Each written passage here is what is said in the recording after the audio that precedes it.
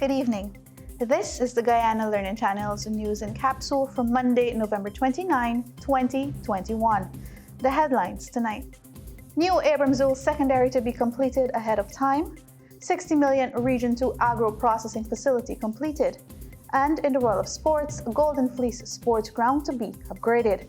Regionally, Prince Charles pays a visit to Barbados. And internationally, Sweden's first female PM reappointed. And now for the details. Students of Region 2 will be able to access the new Abramsville Secondary School by September 2022, a month ahead of the original completion date. During a visit on Sunday, Senior Minister in the Office of the President with responsibility for finance, Dr. Ashni Singh, said work on the $585 million modern facility is ahead of schedule. He was assured that the project will be ready for the new term in September 2022.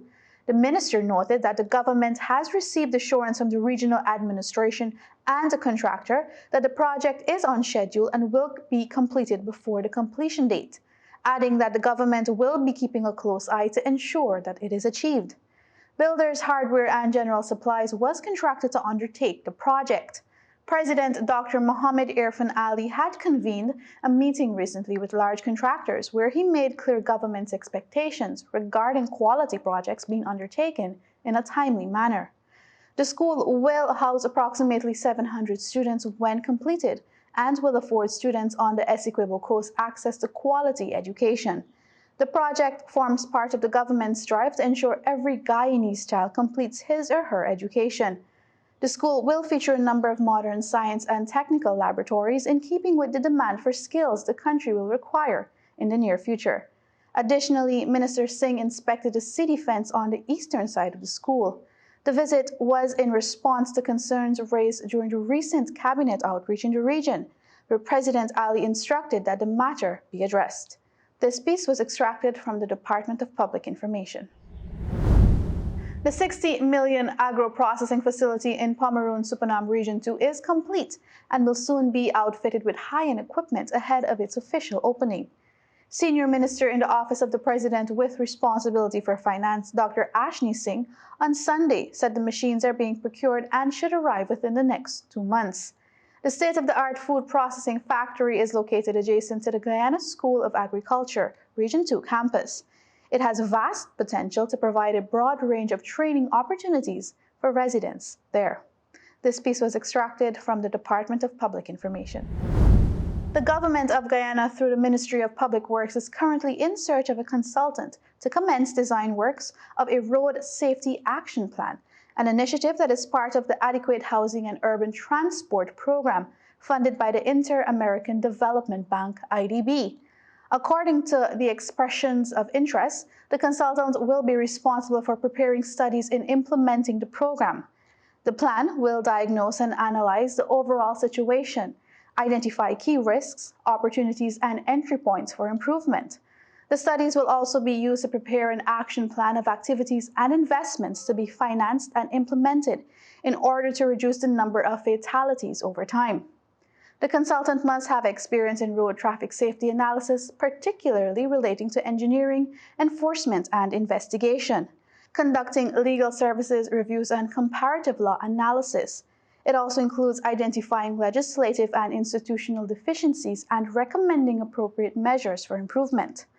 The estimated implementation period of the consultancy is 6 months.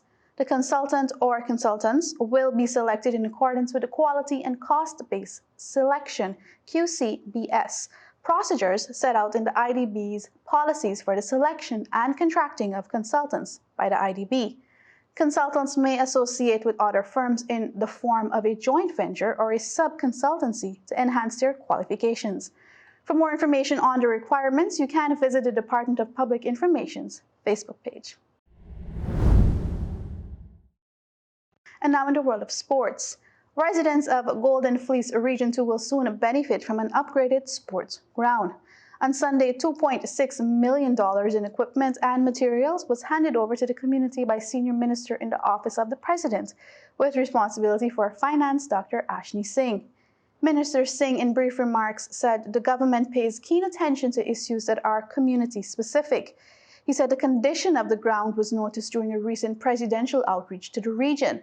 The finance minister said the ground has the potential for many activities and made a commitment to see what resources could be made available to lend support.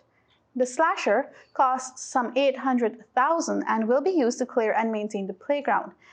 To date, the building materials, which cost $1,874,210, will be used for the construction of a chain-link perimeter fence, measuring 300 meters around the playground. Minister Singh noted that the construction of the fence will be undertaken by members of the community through a self-help. With that, he said that the ground will be receiving additional support. This piece was extracted from the Department of Public Information. And now for news in the region.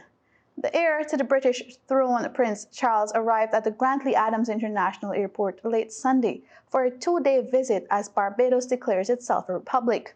The two-day trip will also see him carrying out a brief program of engagements before returning to the United Kingdom on Tuesday. According to political analysts, the visit is of significance, as Barbados, when removes the Queen as head of state, means that Prince Charles will no longer hold that role. However, when he ascends the throne, he will be the head of the Commonwealth, of which Barbados will remain a member. The transition to a republic will take place on the 55th anniversary of Barbados' independence, a date which is already celebrated as a national holiday each year.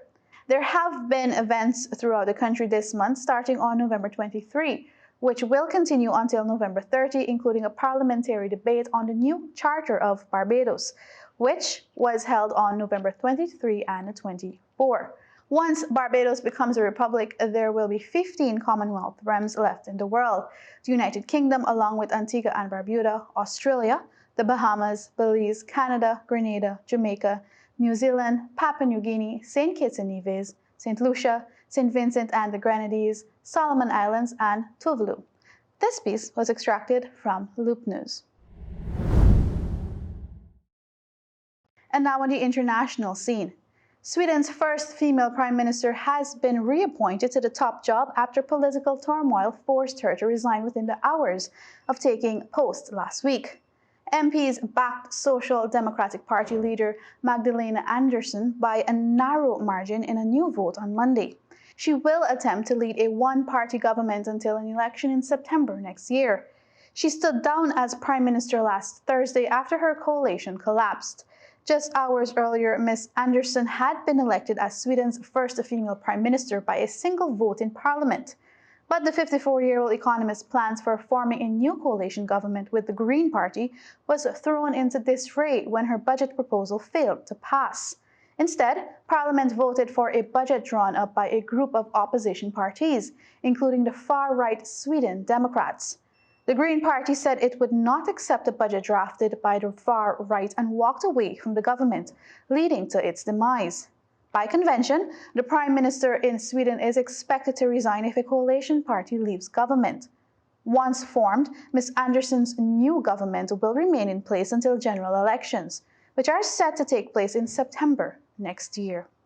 This piece was extracted from the BBC. With that, we've reached the end of tonight's broadcast. Be sure to join us again right here on the Guyana Learning Channel for more educational news and updates. On behalf of the technical team, thanks for watching, and remember to stay safe, Guyana.